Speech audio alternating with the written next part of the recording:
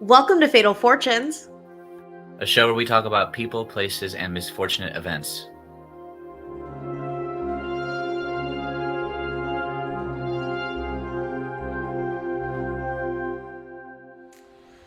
Welcome back, guys, Definitely. to another episode of Fatal Fortunes. This one is written by me.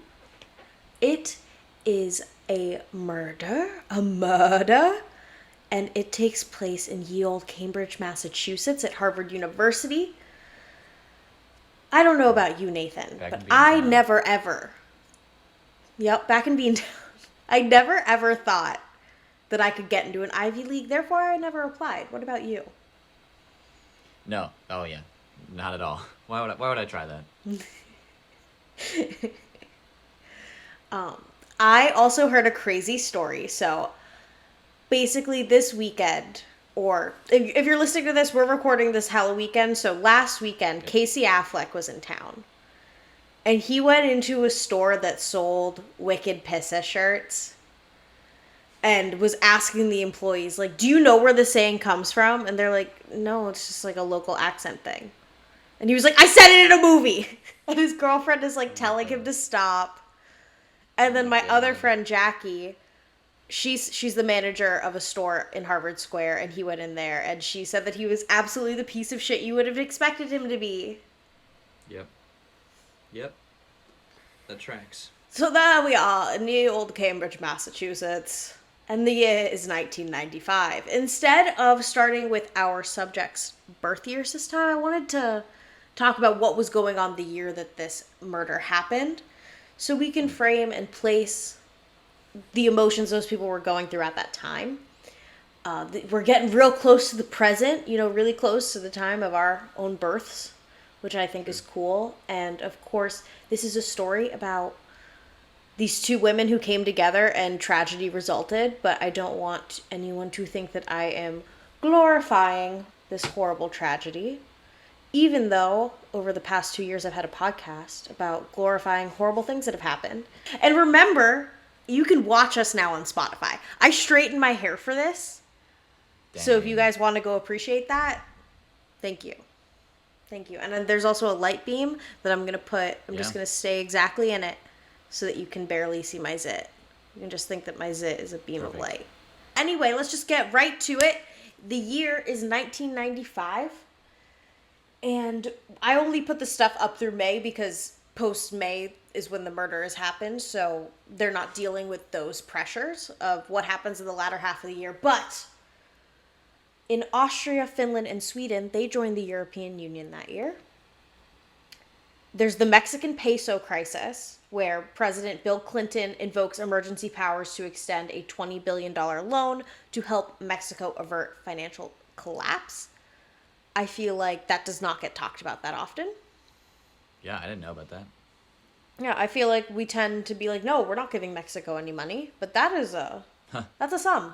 Yeah, that's a big chunk of change. Chunk of dough. The United Kingdom's oldest investment banking firm, Barings Bank, collapses after securities broker Nick Leeson loses $1.4 billion by speculating in the Tokyo Stock Exchange. I watched a documentary about that on YouTube earlier this year. You know me, I love my financial crime documentaries, so. Next, Steve Forsett lands in Leader, Saskatchewan, Canada, becoming the first person to make a solo flight across the Pacific Ocean. And guess what? A balloon. Wow. Daring. Maybe a lot of listeners of True Crime will know what I'm about to talk about, but members of the doomsday cult Aum Shinrikyo carried out the Tokyo subway sarin attacks, which killed 14 people and led to over 1,000 injuries. The attack remains the deadliest terror attack in Japanese history. Boxer Mike Tyson is released from prison after serving nearly 3 years. I should have looked up what for, but... And fellow Fatal Fortune Selena was murdered. R.I.P. I wanted to, before we got to the two people we're discussing today, I wanted to talk about the history of Harvard University. And Harvard University came into existence in 1636 by vote of the Great and General Court of the Massachusetts Bay Colony. It did not have a single building, though. They kind of just said, we're agreeing to agree to build a college. It also did not have any instructors or students. Basically an idea that we're going to plop into the ground.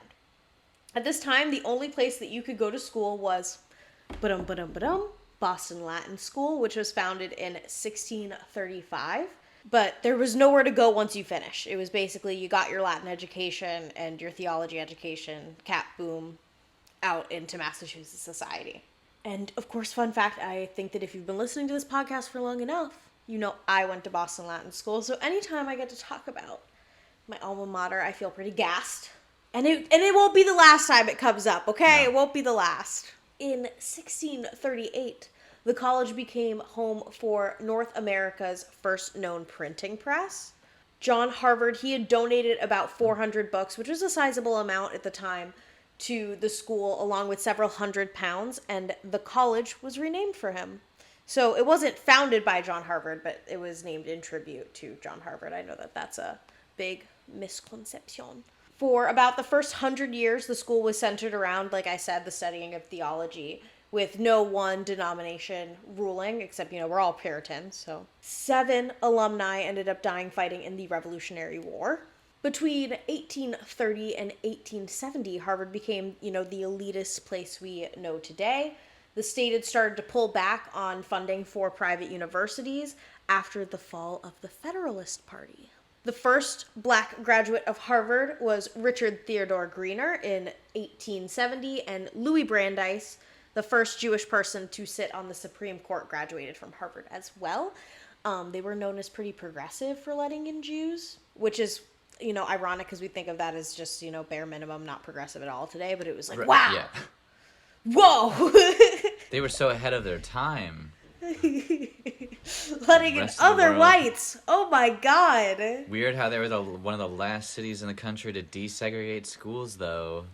Let's focus on the good things. Like blah, blah, blah. Yeah. Harvard took in more Jewish and ethnic minorities than any other Ivy League did in the 19th and 20th centuries. By the 1970s, tuition at Harvard, it was $2,700. However, today, it is $51,000 a year, making it, I'm pretty sure, cheaper than Emerson. So when our parents were kids, it was actually something that you could pay your way through college. That could have been a reality for you.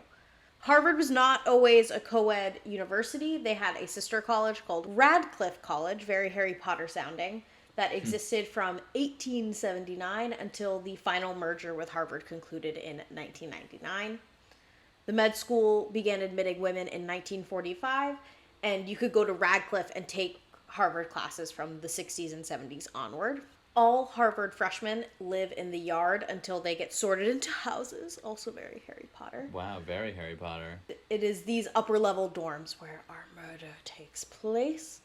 And now, to our ill-fated roommates. SINEDU TADESSE was born on September 25th, 1975 in Addis Ababa, Ethiopia. During her childhood, there was a lot of unrest going on in Ethiopia, and there was a famine actually from 1983 to 1985, with estimates killing over 1 million people.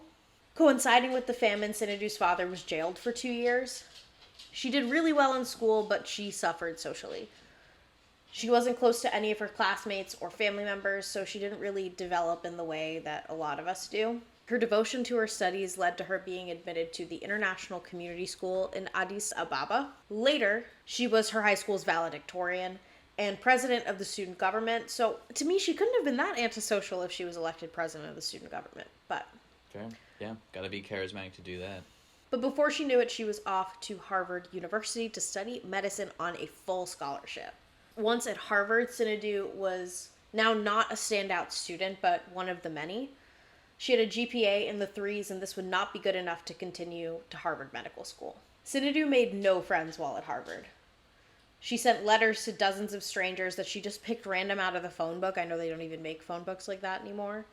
But yeah, but she would go on to describe her unhappiness and pleaded with the people on the other end of those letters to be her friend. One woman got really alarmed by the bizarre writings that she received back and eventually just stopped replying. Another woman just found that shit purely weird and sent it to a friend who had actually worked at Harvard University to review, and it was just tucked into Sinedu's file and not seen until after the horrible events unfolded. Sinedu kept a journal where she recorded when she had interactions with people and scored herself on how those interactions went, which sounds incredibly time consuming. And also, how few interactions are you having that after each one you can pause and reflect? After freshman year, her roommate Anna, she ended up choosing to live with someone else, and Sinedu was sorted into Dunster House, which also sounds very Harry Potter as a name. Trang was assigned to be her new roommate, and Sinedu became obsessed with being her roommate and best friend all in one. Toward the end of their junior years, Trang was over Sinedu's needy behavior and let her know that she would be rooming with someone else the next fall. And in a letter, Trang had to tell Sinedu to chill out and to respect her decision. Sinedu had been seeking psychiatric help from the university, and after the fact, her psychiatrist said that he was only meeting with her every other week, and that there was no indication to him that something like this would happen. Trang Phhuong Ho was born in Vietnam in the 1970s, and she fled her native Vietnam when she was 10 years old, and she fled on a boat with just her father, and the boat was so crowded, she said, that everyone on board had to stand. The duo first disembarked in Indonesia, and she ended up learning English there at a refugee camp. Finally, the family moved to Massachusetts, just outside of Boston, I think. Or she goes to John D. O'Brien, so you have to live in Boston to go there. But I think I was looking at other sources that she lived in Melrose or Medford, and I did not want to put either, because I did not want to be wrong. But she lives, her people end up settling just a little bit north of Boston. She was valedictorian of Boston Technical High School, which is now the John D. O'Brien High School, which I mentioned, which is actually 2 streets away from 19 Dudley Street. During her time at Harvard, she was the vice president of the Vietnamese Students Association and worked as a tutor to other refugees on the side. She had an internship at the Dana-Farber Hospital in Boston and dreamed of being a pediatrician. You know, getting an internship at Dana-Farber is not easy. They really, take the cream of the crop. Just 3 months before the murder took place, the Crimson, the school newspaper, had been writing a piece about how Harvard needed to do more for student mental health services and really beef up their systems. And it took, at that time in 1995, 10 to 15 business days to be able to speak to a counselor, and meeting with a consecutive counselor, like the same one over and over again, was not a priority. The university health plan also did not cover treatment at outside hospitals, so not only are you being forced to wait to get services, you're not allowed to then take it into your own hands and go someplace else when they're being unresponsive. In 1995, 3 students at Harvard had taken their own lives, and 2 of those individuals also lived at Dunster House. In spite of this, no broad institutional changes were made, although they did increase the number of staff that they had 3-fold. Sinedu had neglected to show up to 3 of her finals, but she did attend 2 of them.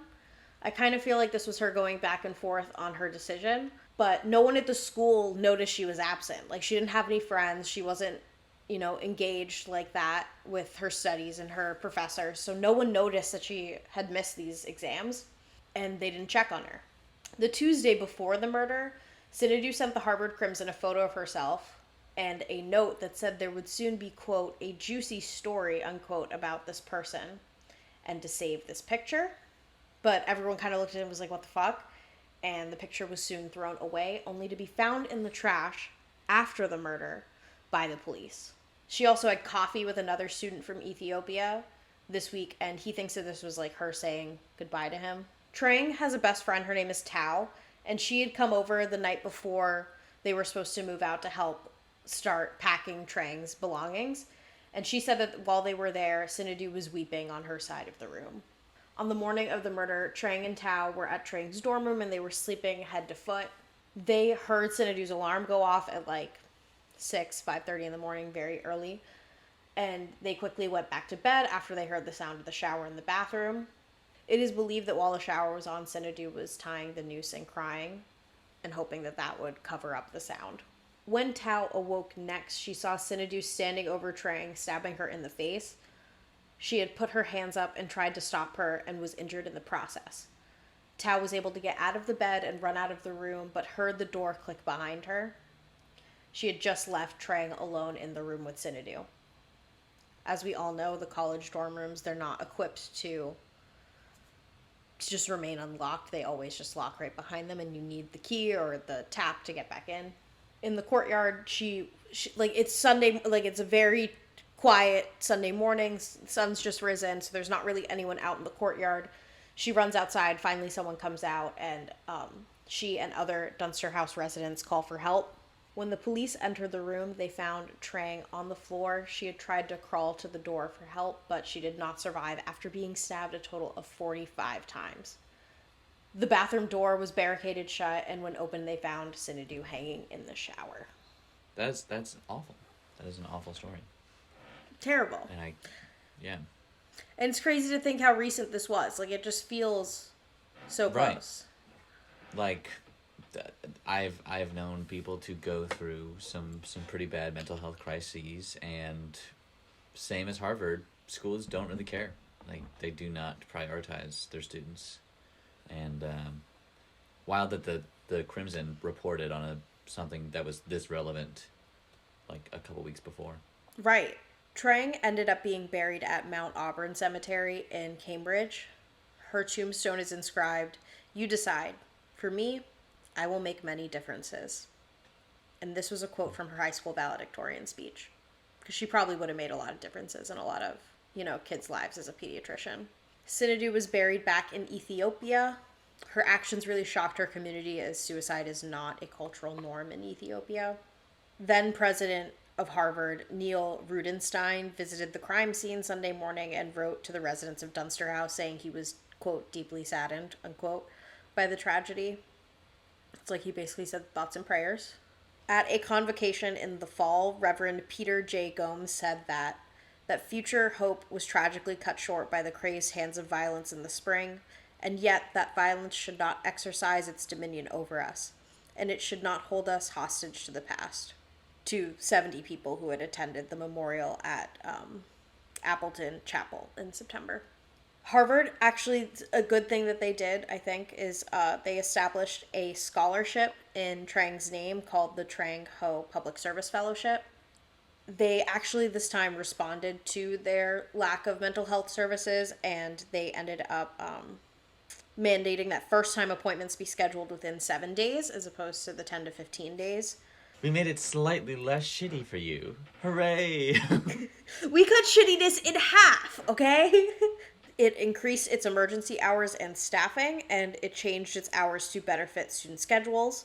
In addition, mental health liaison tutors were installed in each house, and empty suites were set aside as safe spaces, which I think in 1995 a safe space was kind of unheard of, so that's pretty great. Especially because I feel like at Harvard, the likelihood that your roommate is crazy is probably really high because of the Very proximity high. of genius. Yes. 3 years later, Trang's family decided to sue Harvard and brought a wrongful death suit against them, but the results are actually unknown. There's no publication of what happened to that wrongful death suit, but I guess I wanted to bring light to this tragedy this Halloween season because, it's a close to home story, and I'm getting ready to leave college forever myself. I'm so excited.